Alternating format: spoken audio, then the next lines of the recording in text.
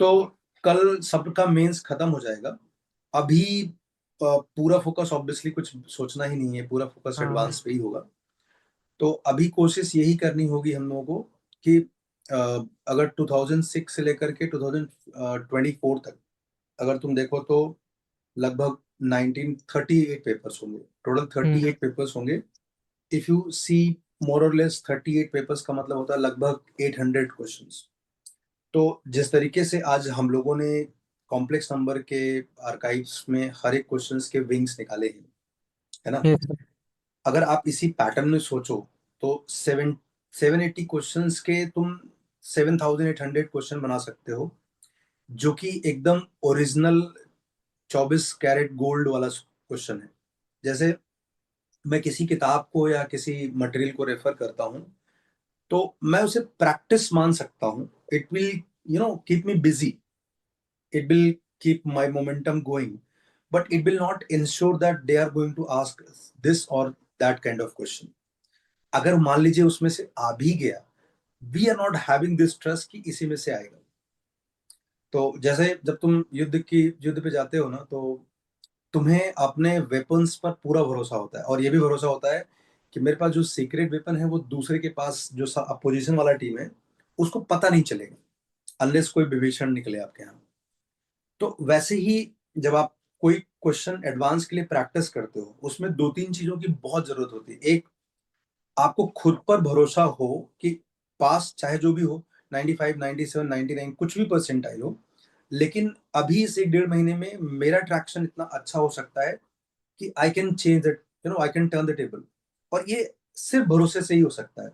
Otherwise आप 99.99 ला करके भी 2000 3000 रैंक ला सकते हो, 97 ला करके भी आप 800 के आसपास रैंक ला सकते हो। तो ये it's not about teaching, it's not about content, it's about your intent. अगर आप मेंटली रेडी नहीं हो इस बात के लिए, तो आप जो भी प्रॉब्लम सॉल्व करोगे वो सिर्फ एक प्रॉब्लम होगी, और वो सिर्फ प्रॉब्लम क्रिएट ही करेगी। क्योंकि आप क्या कर रहे हो, आप बुक्स को स्टैक कर रहे हो, और ये उम्मीद में कि एक दिन ये सारी बुक्स मैं कंधे पे उठाऊंगा और एग्जाम लेके जाऊंगा।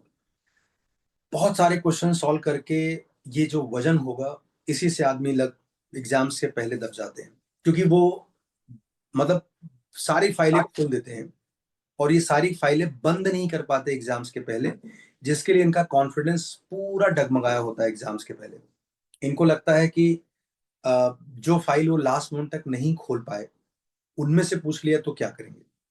तो अगर आप इस अनसर्टेनिटी से बचना चाहते हो, JEE advance is a very tangible thing and very certain thing in life. ये आपके ब्लड के साथ चिपक जाएगा पूरी जिंदगी के लिए, आपकी आइडेंटिटी बनने जा रहा है। तो आप अनसर्टेनिटी के साथ इस एग्जाम्स को अप्रोच करोगे, हमेशा डिसएडवांटेज होगा आपके लिए। इसलिए आपको पूरी कोशिश से करना होगा कि फर्मली बिलीव करो। Don't solve thousand questions which are completely new. I'm not saying कि I'm not against them. You solve them also, but solve them also. सबसे पहले आप चैप्टर जो बहुत बहुत इंपॉर्टेंट है JEE advance, specially Kanpur point of view से, advance point of view से भी, कानपुर भी पॉइंट ऑफ व्यू से देखो। आप दो तीन तरीके से इसको डिवाइड करोगे तो आपके लिए थोड़ा मजेदार हो जाएगा। एक, कानपुर कैसा पूछता है, एक पिछली बार क्या पूछा था, इस बार क्या पूछेगा। मतलब जैसे अगर आप ऑल्टरनेट के पेपर में देखोगे ना, तो उन पे भी एक प्रेशर होता है कि यार ये तो पिछली बार ही आया था, इसको क्यों पूछ रहे हैं, समझ रहे हैं। आई एम सेइंग, बिल्कुल ऐसा थॉट आएगा कि सेम चीज एक बार दोबारा क्यों पूछ लेंगे। अभी आप सेम ही मोबाइल दो बार थोड़ा खरीद लेगा, तो वैसे ही। तो आप पिछले साल के पेपर को सिर्फ क्वेश्चन की नजर से देखोगे तो कुछ और दिखेगा, अगर आप पैटर्न की नजर से देखोगे तो कुछ और दिखेगा। इस तरीके से आप अपनी पढ़ाई को थोड़ा स्मार्ट बना सकते हो।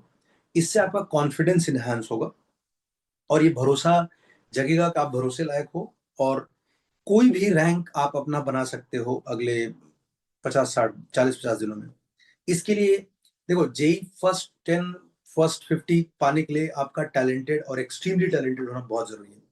लेकिन टॉप 500 में आने के लिए आपका टैलेंट हियर एंड देयर हो सकता है, स्मार्ट होना बहुत जरूरी है, कन्विक्शन होना बहुत ज्यादा जरूरी है। मैं नीरज वाले बैच में, नीरज प्रभु वाले बैच में, लगभग उनके साथ बैठने वाले मतलब 4 5 बच्चे थे, सब 500 के अंदर थे। और अगर आप मुझसे पूछो तो मैंने उसके बाद और उसके पहले बहुत सारे बच्चे ऐसे देखे जो टैलेंट वाइज उनसे बहुत ज्यादा अच्छे थे, बट भरोसे वाइज बहुत ही कम थे, बहुत ही फीके थे। मतलब कन्विक्शन ही नहीं था। हम कुछ और कर रहे हैं, घर पे जाकर के उन्हें किसी कुछ ने कुछ और कह दिया, वो उन्हीं दोनों के बीच में स्विंग कर रहे हैं। They do not have a firm believe कि मैं ऐसा कर सकता हूँ, ऐसा टेबल चेंज होने वाला है। जहाँ की ये नीरज प्रभु वाले बैच में, नीरज प्रभु था, कुशल था, ये वेदास के पड़ोसी, और उसी के साथ समीप था।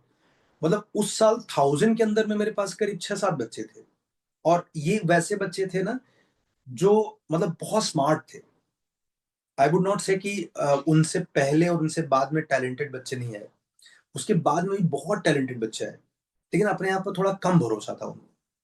तो you have to be very, जैसे फॉर दैट मैटर ये अपना एक बच्चा था वो जो बहुत डरपोक था, उसका नाम था मल्होत्रा, क्या बोल गया, ध्रुव मल्होत्रा। स्मार्ट था, स्मार्ट के साथ साथ बहुत डरपोक भी था। हमेशा परेशान, अरे सर मेरे से तो होगा ही नहीं, मतलब पूरा टाइम ही बोलता था। लेकिन जब एग्जाम्स हो गया, तब मैं जब मम्मी से बात कर रहा था, तब मालूम चला कि ये उसका नेचर है, this is how he went out. उसका 495 रैंक था। तो मतलब वो डरपोक नहीं था, ऐसा मैं कह रहा हूँ, पहले लगता था डरपोक है, बट उसका वेंट आउट करने का तरीका था। But he was very smart. He would always say that कि मुझे सब नहीं पढ़ना है, मुझे थोड़ा सा बता दो, इसी में पूरा कर देना मुझे।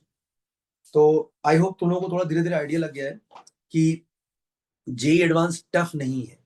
जेई एडवांस की पढ़ाई स्मार्टली करना चाहिए। मतलब अगर आप फर्स्ट रैंक के लिए सोच रहे हो तो आपको हर मोर्चे पर, हर जगह ठीक करना होगा। लेकिन अगर आप 500 के अंदर सोच रहे हो ना, तो आपका स्मार्ट होना बहुत जरूरी है। उससे काम हो जाएगा। आप 93 परसेंटाइल में हो, 95 परसेंटाइल में हो, आपको बहुत सारी चीजें नहीं आती हैं, ये बिल्कुल मायने नहीं रखता। अगर जो बच्चा 95 96 परसेंटाइल वाला है ना, उसमें और 99.99 वाले में क्या फर्क है? 99.9 वाला बच्चा शायद इस थॉट के साथ ज्यादा सोता है कि अपन तो ठीक कर ही लिए, और ऐसा भी कोई बहुत डिफिकल्ट चीज नहीं आता है, हो ही जाएगा। इसकी वजह से वो थोड़ा कैजुअल भी हो सकता है, but at least he has, you know, he has very positive thought कि ठीक है, डर नहीं लग रहा है, कर लेंगे। ये जो 95 वाला बच्चा है ना, ये सुबह शाम सिर्फ यही सोचेगा कि मैं पहले से बुद्धू है, मेरा मार्क्स कम आया है।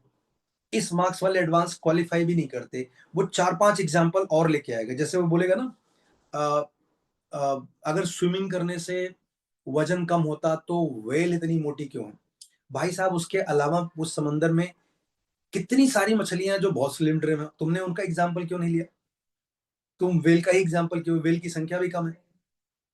तो आप एक एनेक्डोट्स को एग्जाम्पल बना रहे हो, उसके साइड बाई साइड के एग्जाम्पल्स को आप इग्नोर कर रहे हो। तो ये 95 वाला बच्चा ना, ये उस माइंड सेट की वजह से ही शिकार हो जाता है कि उसको ये लगता है कि इसकी प्रिपरेशन में ही कुछ खोट है, इसकी बुद्धि में ही कमी है, इसमें मतलब जेनेटिकली कुछ प्रॉब्लम है कि जो ये इसी गेज, इसी पैरामीटर के थ्रू ही एडवांस जाएगा। इस भरोसे के साथ ही वो तैयारी करता है। मतलब अगर उसका ये भरोसा टूट जाए, सच बता रहा हूँ, ये जब आप 500 रैंक के अंदर वाले बच्चों का अगर कभी मिलन करो, तो आपको समझेगा कि सब लोग एक जैसी ही गलती करते हैं। जैसे मोटा भाई जो गलती करता है एग्जाम में, मेरे को ये और पिछली बार का अक्षत गुप्ता में कोई फर्क ही नहीं दिखता है, दोनों एक जैसी मिस्टेक करते थे। लेकिन वो, उसको ये भरोसा था, अरे अपन बेवकूफ दोनों ने, इसको 2 मिनट में साबित कर सकते हो भाई साहब, तुम बेवकूफ भी हो सकते हो। तो अगर आप ये भरोसे वाली दीवार बना लो, तो सीरियसली बता रहा हूँ, कोई फर्क नहीं पड़ता। अभी रियान पाटिल का जो भाई रोहन पाटिल था, वो 96 97 परसेंटाइल के आसपास था, उसका 850 रैंक आया था आईआईटी एडवांस में। मतलब ये ट्रस्ट में, ये सिर्फ ट्रस्ट का ही जीत था। मेहनत तो शुरू से, ही was very hard working boy from day one. बहुत ही मेहनती था, very passionate and only working. For that matter last year Om Choudhary का देख लो, उसने मेंस और एडवांस के बीच में ही कुछ किया है। मतलब पता नहीं तुम लोग कुछ कॉमन, आई थिंक मोटा भाई कॉमन थे, उसको इधर बिठा करके, भाई साहब अब मैं तेरे पेरे पर भरोसा नहीं रहा, बैठ इधर ही बैठ, सामने बैठ के जो करना है कर। हार्दिक पाटिल को ले लो, मतलब पहले मेंस में कुछ 95 96 परसेंटाइल ही आया था आईआईटी बॉम्बे में जो है। तो आई एम सेइंग ना कि ये जो जो भी रिजल्ट्स आए हैं ना, इनके टैलेंट में कोई बड़ा अपग्रेड नहीं हुआ, जो 2 साल में नहीं हुआ। टैलेंट में अगले 1 महीने में कौन सा बड़ा अपग्रेड आ जाएगा। बस खाली पढ़ने के जो तरीके हैं उससे आपका कॉन्फिडेंस बदल सकता है। देखो, एक धन को कमाने में करोड़ों रुपए आप जिंदगी भर में कमाते हो, लेकिन उस करोड़ों रुपए को कैसे इन्वेस्ट करना है इसके लिए आपको जिंदगी भर नहीं लगता है। आप यहाँ इन्वेस्ट करो, यहाँ इन्वेस्ट करो, इससे फ्यूचर इतना अच्छा होगा, इतना अच्छा होगा, ये बोलकर इसमें उतना टाइम नहीं लगता है। तो अभी जो 40 दिन है ये उसी इन्वेस्टमेंट वाला टाइम है। आप सैम्पलिंग करो, स्टडीज को थोड़ा और ऑर्गेनाइज करो, सो दैट आप किसी भी मोमेंट पूरी फाइल देख सको। किसी भी मोमेंट आप ये आइडेंटिफाई कर सको कि मुझे इस टाइप के क्वेश्चंस में हमेशा दिक्कत रही है।